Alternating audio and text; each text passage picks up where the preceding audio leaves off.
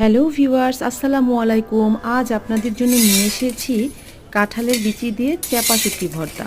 তো ভিউয়ার্স, প্রথমে আমি শুকনো কাঁঠালের বিচিগুলো খোলা তাওয়ায় এভাবে ভেজে নিচ্ছি। তো ভেজে নেওয়ার সময় আমাকে একটু খেয়াল রাখতে হবে যেন বিচিগুলো ছিটকে না যায় তাপে। এজন্য আমি একটু ঢেকে ভালোভাবে ভেজে নেব। এবার ভাজা বিচিগুলো খোসা ছাড়িয়ে নেব এবং খোসা ছাড়িয়ে রসুন, পেঁয়াজ, কাঁচামরিচ, শুকনো মরিচ দিয়ে তেল দিয়ে আবার ভালোভাবে ভেজে নেব। এভাবে ভেজে নেব। তো ভিউয়ার্স, এবার একটি ছেঁচনিতে লবণ দিয়ে এই বীজগুলো রসুন পেঁয়াজ সহ ছেঁচে নিব। ছেঁচার সময় খেয়াল রাখবো যেন এগুলো আধা ভাঙা থাকে, তাহলে কিন্তু ভর্তাটা খুব টেস্টি হয়। চ্যাপা শুটকিটা কিন্তু আমি আগেই তেলে ভালোভাবে ভেজে নিয়েছিলাম। এবার ভাজা চ্যাপা শুটকির সাথে আমি তেল এবং রসুন, পেঁয়াজ, কাঁঠালের বীজ মিশিয়ে নিচ্ছি।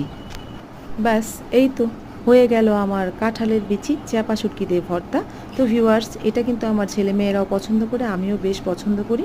তো ভিউয়ার্স, আপনারা এটা ট্রাই করতে পারেন এবং আমার সঙ্গে থাকুন। আমার চ্যানেলটি সাবস্ক্রাইব করুন। ধন্যবাদ।